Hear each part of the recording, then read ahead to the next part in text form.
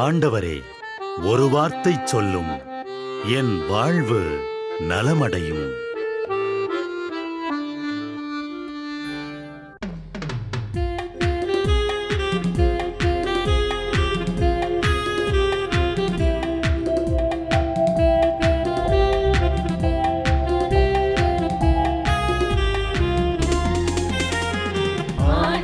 வார்த்தை வல்லமை தருவது அல்லேலூயா. ஆண்டவர் வார்த்தை வாழ்வு தருவது அல்லேலூயா. ஆண்டவர் வார்த்தை வல்லமை தருவது அல்லேலூயா.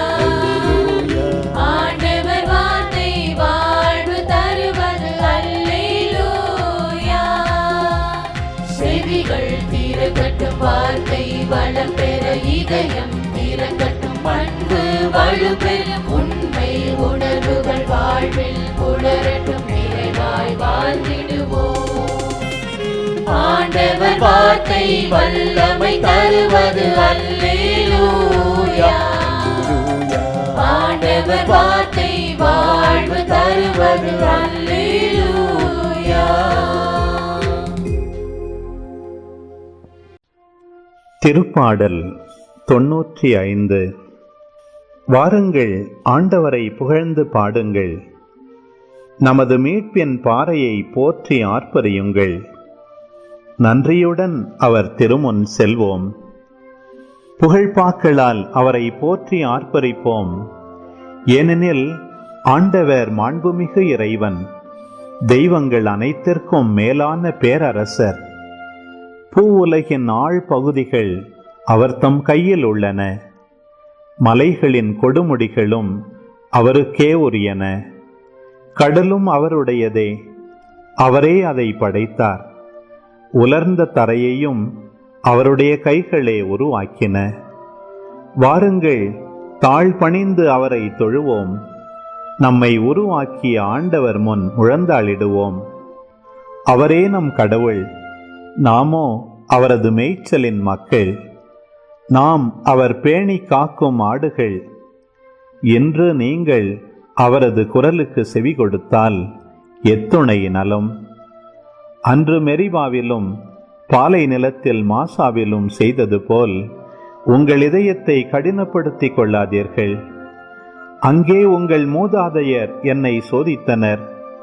என் செயல்களை கண்டிருந்தும் என்னை சோதித்து பார்த்தனர். 40 ஆண்டளவாய் அந்த தலைமுறை எனக்கு வெறுப்பூட்டியதால் நான் உரைத்தது, அவர்கள் உறுதியற்ற உள்ளம் கொண்ட மக்கள், என் வழிகளை அறியாதவர்கள்.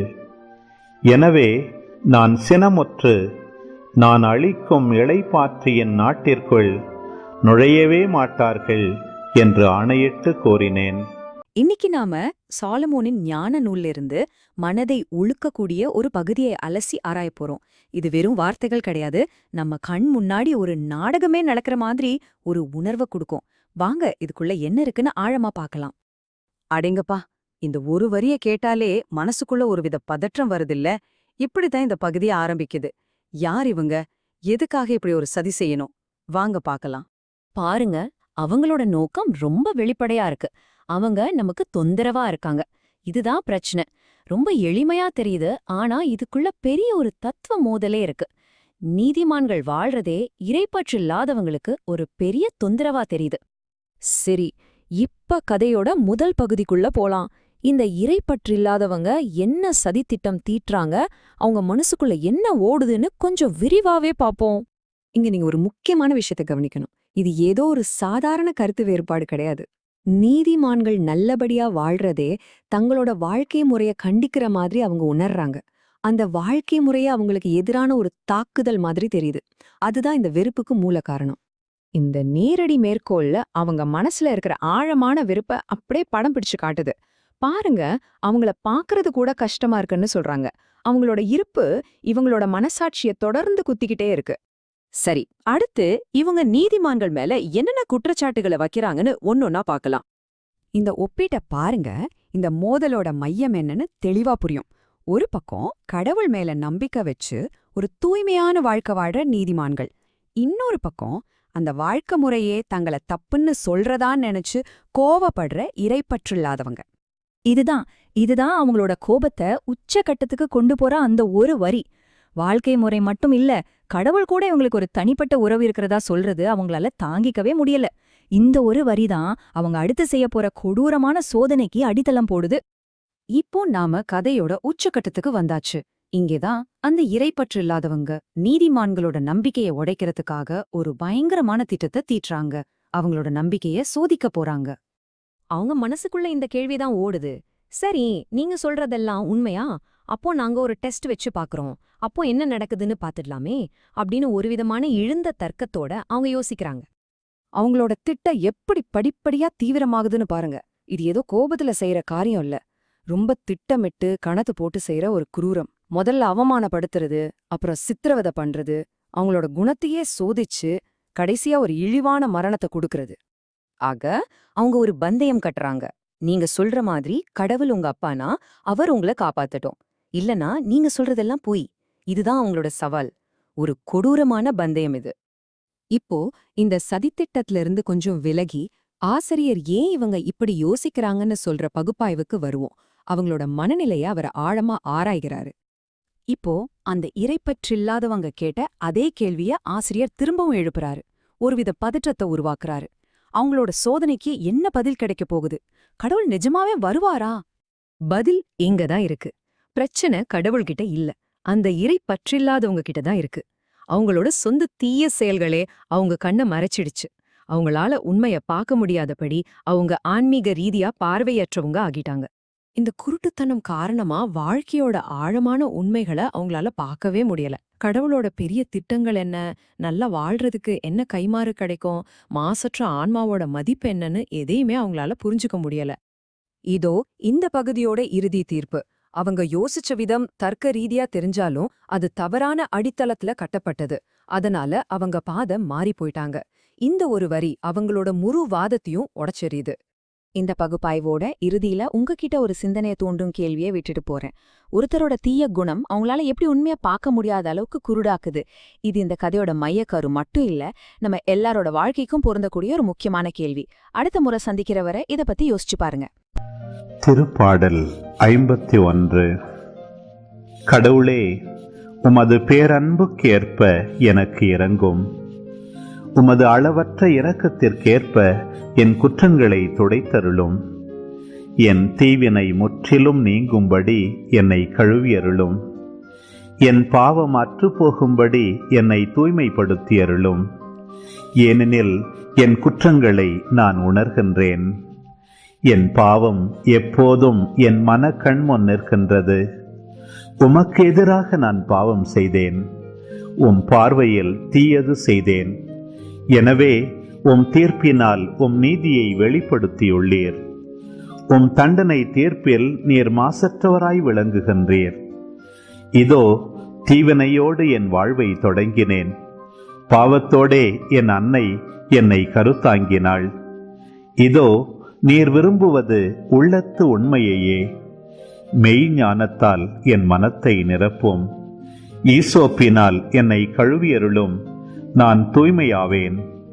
என்னை கழுவியருளும், உறைபனியிலும் வெண்மையாவேன். மகிழ்வொலியும் களிப்போசையும் நான் கேட்கும்படி செய்யும். நீர் நொறுக்கிய என் எலும்புகள் களி கூர்வனவாக. என் பாவங்களை பாராதபடி உம் முகத்தை மறைத்து கொள்ளும். என் பாவக்கரைகளையெல்லாம் துடைத்தருளும். கடவுளே, தூயதோர் உள்ளத்தை என்னுள்ளே படைத்தருளும். உறுதி தரும் ஆவியை, புதுப்பிக்கும் ஆவியை என்னுள்ளே உருவாக்கியருளும். உமது முன்னிலையிலிருந்து என்னை தள்ளிவிடாதேயும். உமது தூய ஆவியை என்னிடமிருந்து எடுத்து விடாதேயும். உம் மீட்பின் மகிழ்ச்சியை மீண்டும் எனக்கு அளித்தருளும். தன்னார்வ மனம் தந்து என்னை தாங்கியருளும். அப்பொழுது குற்றம் செய்தோர்க்கு உம் வழிகளை கற்பிப்பேன். பாவிகள் உம்மை நோக்கி திரும்புவர். கடவுளே, எனது மீட்பின் கடவுளே, இரத்த பழியினின்று என்னை விடுவித்தருளும். அப்பொழுது என் நா உமது நீதியை முன்னிட்டு பாடும். என் தலைவரே, என் இதழ்களை திறந்தருளும். அப்பொழுது என் வாய் உமக்கு புகழ் சாற்றிடும். ஏனெனில் பலியினால் உம்மை மகிழ்விக்க முடியாது. நான் எரிபலி செலுத்தினாலும் நீர் அதில் நாட்டங்கொள்வதில்லை. கடவுளுக்கேற்ற பலி நொறுங்கிய நெஞ்சமே. கடவுளே, நொறுங்கிய குற்றமுணர்ந்த உள்ளத்தை நீர் அவமதிப்பதில்லை. சீயோனுக்கு இன்முகம் காட்டி நன்மை செய்யும். எருசலேமின் மதில்களை மீண்டும் கட்டுவீராக. அப்பொழுது எரிபலி, முழு எரிபலி எனும் முறையான பலிகளை விரும்புவீர். மேலும் இளங்காளைகள் உமது பீடத்தில் பலியாக செலுத்தப்படும். ஞான நூல்லேருந்து வர்ற இந்த ஒரு வரி சும்மா படிச்சுட்டு போறதுக்கு இல்ல. ஒரு நிமிஷம் யோசிச்சு பாருங்க. இது ஒரு சதி திட்டத்தோட ஆரம்ப புள்ளி. ஆனா இது வெறும் பழைய வார்த்தைகள் கிடையாது. இது ஒரு மனநிலையோட ப்ளூ பிரிண்ட். பல நூற்றாண்டுகளுக்கு அப்புறம் நடக்க போற ஒரு முக்கியமான மோதல்ல இந்த மனநிலை அப்படியே எதிரொலிக்க போகுது. சரி வாங்க, இதுக்குள்ள இன்னும் கொஞ்சம் ஆழமா போலாம். நாம என்ன பண்ண போறோம்னா, சாலமோனின் ஞான நூல்ல விவரிச்சிருக்கிற ஒரு சதித்திட்டத்தை எடுத்து அதை எப்படி பல நூற்றாண்டுகளுக்கு பிறகு யோவான் நற்செய்தியில நிஜமா அரங்கேறுதுன்னு பார்க்க போறோம். இது வெறும் 2 கதைகளை ஒப்பிடுறது மட்டும் இல்ல, இது மனுஷங்களோட ஒரு ஆழமான குணத்தை பத்தின ஒரு ஆய்வு. முதல்ல நம்ம சாலமோனின் ஞான நூலுக்கு போவோம். இங்கதான் ஒரு நேர்மையான மனுஷனுக்கு எதிரா சதி பண்றவங்களோட மைண்ட் செட் எப்படி இருக்குன்னு ரொம்ப தெளிவா விவரிச்சிருக்காங்க. இதுதான் நம்மளோட புரிதலுக்கான அடித்தளமா இருக்க போகுது. இங்க இந்த சண்டையோட மையத்துல இருக்கிறது ஒரு குறிப்பிட்ட நபர் இல்ல, அது ஒரு வகை, ஒரு ஆர்கடைப்னு சொல்லலாம். ஞான நூல் சொல்ற இந்த நீதிமான் தனக்கு கடவுளோட ஒரு நெருங்கிய உறவு இருக்குன்னு சொல்றாரு. அவரோட இருப்பே, அவரோட வார்த்தைகளே மத்தவங்களுக்கு ஒரு கண்ணாடி மாதிரி ஆகிடுது. அவங்க செய்யற தப்பெல்லாம் அவங்களுக்கே தெரிய ஆரம்பிச்சு மனச உறுத்துது. இப்ப இந்த சதிக்கு பின்னாடி இருக்கிற நோக்கம் என்னன்னு பாப்போம். என்ன நடந்துச்சுங்கிறத விட ஏன் நடந்துச்சுங்கிறது தான் இங்க முக்கியம். அந்த நேர்மையான மனுஷனோட இருப்பு ஏன் மத்தவங்களுக்கு அவ்ளோ பெரிய பிரச்சனையா இருந்துச்சு? அந்த சதிகாரர்களுக்கு ஏன் அவ்ளோ கோவம்? ஞான நூல் அது ஒரு லிஸ்டே போடுது பாருங்க. அது சும்மா தனிப்பட்ட வெறுப்பில்ல, அவங்க செய்யறத தப்புன்னு சொல்றது, சட்டத்தை மீறதா கண்டிக்கிறதுன்னு நேரடியா சவால் விடுறாரு. ஆனா இதெல்லாத்தையும் விட ஒரு பெரிய பிரச்சனை என்னன்னா, அவரு தன்னை கடவுளோட பிள்ளைனும் கடவுளை தன் தந்தைனும் சொல்றதுதான். இது அவங்களோட மொத்த உலக பார்வையும் ஆட்டம் காண வைக்குது. இந்த கேள்விதான் நம்மள தியாரியிலிருந்து நிஜ உலகத்துக்கு கூட்டிட்டு போகுது. இந்த மாதிரி ஒரு மைண்ட் செட் நிஜமா செயலுக்கு வரும்போது என்ன ஆகும் வாங்க பார்க்கலாம். இப்ப நாம நேரா யோவான் நற்செய்திக்கு வரோம். எருசலேம்ல கூடார பண்டிகை நேரம். இயேசுவுக்கு உயிருக்கே ஆபத்திருக்குன்னு நல்லா தெரியும். ஆனாலும் அவர் தைரியமா எல்லாருக்கும் முன்னாடி நின்னு போதிக்க ஆரம்பிக்கிறாரு. இங்கதான் பல 100 வருஷத்துக்கு முன்னாடி எழுதப்பட்ட அந்த சதித்திட்டம் ஒரு நிஜமான பயங்கரமான சண்டையா மாறுது. அந்த இடத்துல இருந்த டென்ஷனை கொஞ்சம் கற்பனை பண்ணி பாருங்க. அவரை கொல்ல தேடுறாங்கன்னு ஊருக்கே தெரியும். ஆனா அவரோ கோவில்ல தைரியமா நின்னு பேசிட்டு இருக்காரு. இத பாக்குற மக்களுக்கு ஒரே குழப்பம். என்னடா இது, ஏன் இவரை இன்னும் யாரும் கைது பண்ணல? மக்கள் தங்களுக்குள்ளேயே பேசிக்கிறாங்க. இவரை தானே கொல்ல தேடுறாங்க, அப்புறம் ஏன் இங்க பேசிக்கிட்டு இருக்காரு? ஒருவேளை தலைவர்களே இவர்தான் மெஸ்ஸியான்னு ஒத்துக்கிட்டாங்களோ? இந்த பேச்சுகள்ல அவங்களோட குழப்பம் மட்டும் தெரியல, இந்த மொத்த சண்டையோட மையப்புள்ளியும் இதுதான். இவர் யார்? இப்போ நாம விஷயத்தோட ஆணிவேருக்கே வர்றோம். இந்த மொத்த பிரச்சனைக்கும் காரணம் ஒரே ஒரு கேள்விதான். நீங்க எங்கிருந்து வரீங்க? இதுதான் எல்லாத்தையும் தீர்மானிக்க போகுது. இங்கதான் 2 தரப்பும் நேரடியா மோதுது. ஒரு பக்கம் மக்கள் கூட்டம். அவங்க சொல்றாங்க, இவர் எங்கேருந்து வராருன்னு எங்களுக்கு தெரியும். அதாவது இவரோட ஊரு, அப்பா அம்மா எல்லாம் எங்களுக்கு தெரியும்னு சொல்றாங்க. ஆனா இயேசு என்ன சொல்றாரு? என்னை அனுப்பினவர்கிட்ட இருந்து நான் வர்றேன், அவர் அவங்களுக்கு தெரியாது. இது 2 வேற வேற உலகங்களோட மோதல். இப்ப இந்த 2 புள்ளியும் இணைச்சு பாருங்க. ஞான நூல்ல அந்த சதிக்கு முக்கியமான காரணம் என்ன? அவன் கடவுள தன்னோட தந்தைன்னு பெருமை பாராட்டுறான். இப்போ யோவான் நற்செய்தியில இயேசு என்ன சொல்றாரு? நான் அவரிடமிருந்து வருகிறேன். பாத்தீங்களா? பல நூற்றாண்டுகளுக்கு முன்னாடி எழுதப்பட்ட அந்த ப்ளூ பிரிண்ட் இப்ப எருசலேம் கோவில்ல லைவா ஒரு டேஞ்சரஸான சண்டையா நடந்துட்டு இருக்கு. மறுபடியும் ஞான நூலுக்கு போனா அந்த சதிகாரர்களோட பிளான் எவ்வளவு கொடூரமானது, எவ்வளவு கால்குலேட்டடானதுன்னு புரியும். இது சும்மா கோவத்துல பண்றதில்ல, இது ஒரு டெஸ்ட். ஸ்டெப் பை ஸ்டெப்பா பண்றாங்க. முதல்ல அவர் அசிங்கப்படுத்தி சித்திரவதை பண்ணி அவரோட பொறுமையை சோதிக்கணும். அப்புறம் அவருக்கு ஒரு கேவலமான மரண தண்டனை கொடுக்கணும். கடைசியா அவர் சொல்ற மாதிரி கடவுள் அவரை காப்பாத்துறாரா இல்லையான்னு பார்க்கணும். இது ஒரு தீர்ப்பை விட ஒரு கொடூரமான பரிசோதனை. இயேசு கோவில்ல நான் கடவுள்கிட்ட இருந்து வரேன்னு சொன்ன அந்த வார்த்தை தான், அதுதான் தீப்பொறிய பத்த வச்சது. அதை கேட்ட உடனே எதிரிகள் அவரை கைது பண்ண முயற்சி பண்றாங்க. ஞான நூல்ல இருந்த பிளான் இப்போ ஆக்ஷனுக்கு வருது. இதுதான் இங்க முக்கியமான கேள்வி. ஒரு பக்கம் சக்தி வாய்ந்த தலைவர்கள், அவங்க ஆட்கள். இன்னொரு பக்கம் ஒரே ஒரு ஆள். அவங்க அவரை பிடிக்க தயாரா இருந்தாங்க. ஆனாலும் அவங்களால முடியல. ஏன்? எப்படி? இதுக்கான பதில் தான் நம்ம பார்த்துட்டு இருக்கிற இந்த கதையோட உச்சகட்டம். அது என்னன்னா, மனுஷங்களோட சதி திட்டத்தை விட ஒரு பெரிய சக்தி, ஒரு பெரிய திட்டம் அங்க வேலை செஞ்சுட்டு இருக்கு. யோவான் நற்செய்தி இதுக்கு சொல்ற காரணம் ரொம்ப சிம்பிள். ஆனா அது மொத்த பவர் ஈக்குவேஷனையும் மாத்தி போடுது. அவங்களால அவரை பிடிக்க முடியாம போனதுக்கு காரணம் எதிரிகள் பலவீனமா இருந்தது இல்ல, அது தடுக்கப்பட்டது. ஏன்னா ஒரு பெரிய திட்டத்தின் வழி இவருக்கான நேரம் இன்னும் வரல. இதிலிருந்து நமக்கு கிடைக்கிற ஆழமான பார்வை இதுதான். மனுஷங்களோட பிளான், அவங்களோட சதியெல்லாம் பார்க்க எவ்ளோ பவர்ஃபுல்லா தெரிஞ்சாலும் அது எல்லாமே ஒரு பெரிய தெய்வீகமான டைம் டேபிளுக்கு கட்டுப்பட்டதுதான். கடைசியில கண்ட்ரோல் சதி பண்றவங்க கையில இல்லங்கிறத இந்த கதை காட்டுது. நாம இப்போ பார்த்த இந்த கதை நம்ம எல்லாருக்கும் முன்னாடி ஒரு பெரிய கேள்வியை வைக்குது. மனுஷங்க போடுற திட்டங்களுக்கு நடுவுல ஒரு தெய்வீகமான கால அட்டவணைப்படி வாழ்றதுனா என்ன அர்த்தம்? நம்மளோட விருப்பங்களுக்கும் ஒரு பெரிய திட்டத்துக்கும் நடுவுல இருக்கிற அந்த இடைவெளிய நாம எப்படி புரிஞ்சுக்கிறது? இதுதான் இந்த பழங்கால எதிரொலி நமக்கு விடுற மிகப்பெரிய சவால்.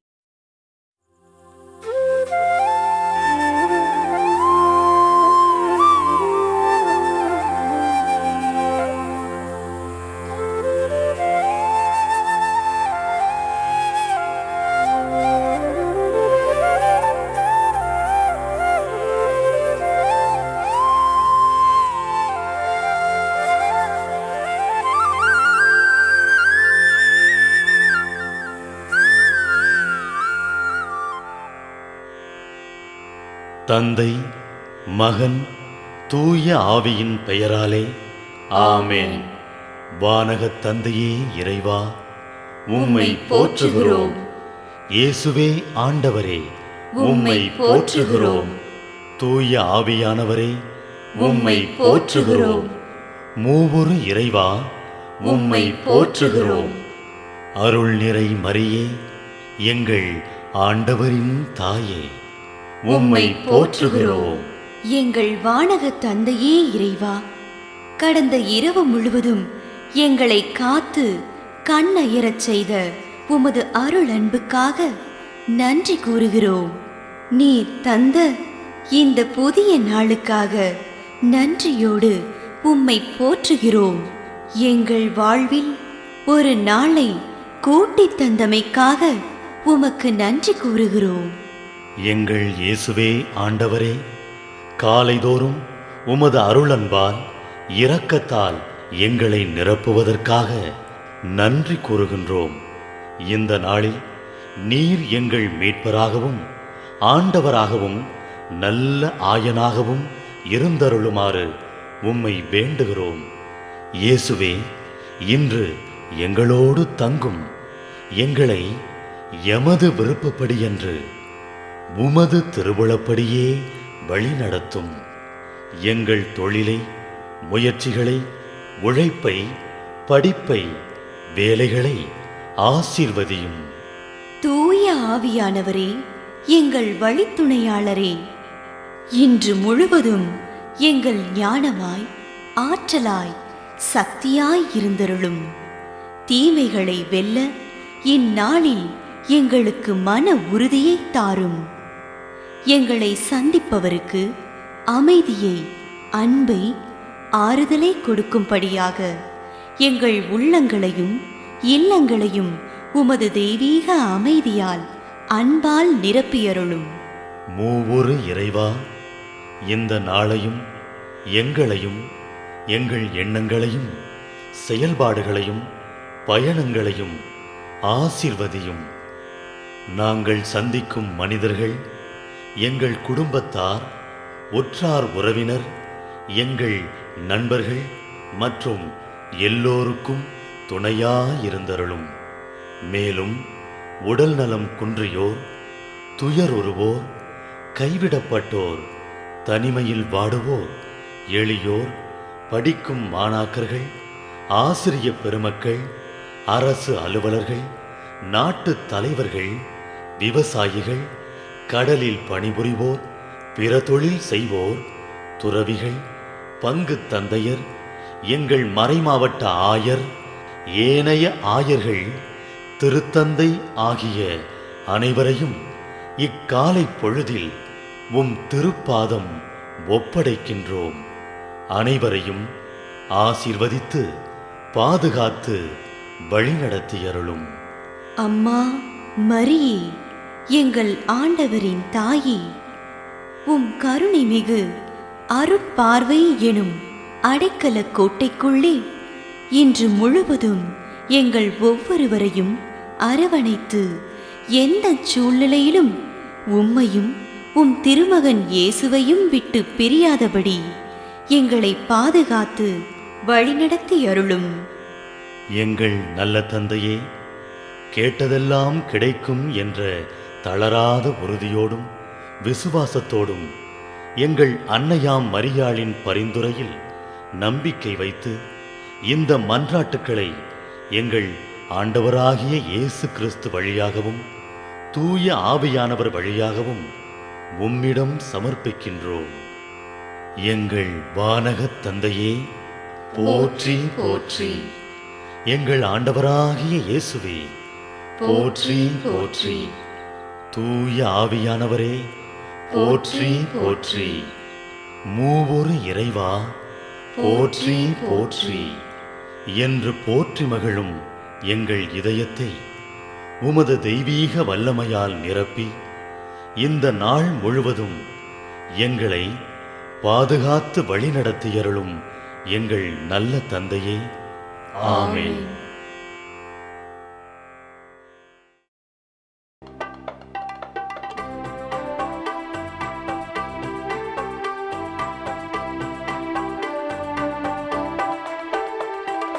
விண்ணுலகில் இருக்கின்ற எங்கள் தந்தையே, உமது பெயர் தூயதென போற்ற பெறுக. உமது ஆட்சி வருக. உமது திருவுளம் விண்ணுலகில் நிறைவேறுவது போல மண்ணுலகிலும் நிறைவேறுக. எங்கள் அன்றாட உணவை இன்று எங்களுக்கு தாரும். எங்களுக்கு எதிராக குற்றம் செய்வோரை நாங்கள் மன்னிப்பது போல எங்கள் குற்றங்களை மன்னியும். எங்களை சோதனைக்கு உட்படுத்தாதேயும்,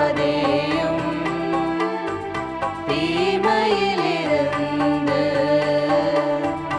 எங்களை விடுவித்தருளும். எங்களை விடுவித்தருளும். அருள் நிறைந்த மரியே வாழ்க, ஆண்டவரும் உடனே பெண்களுள் பேறு பெற்றாய் நீயே. உம்முடைய திருவயிற்றின் கனியுமான இயேசுவும் ஆசி அருள பெற்றவர்.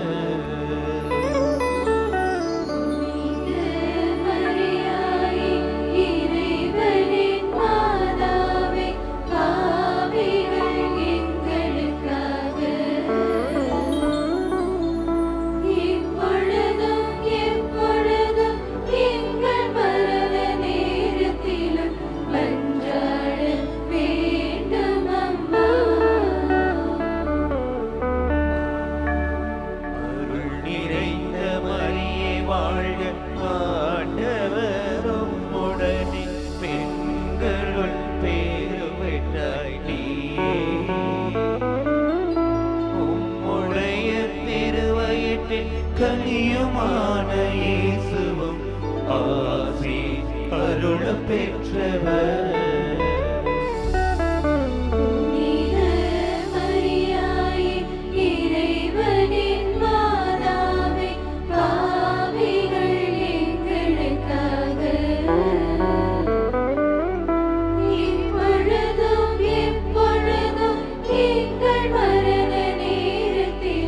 மன்றாட வேண்டுமா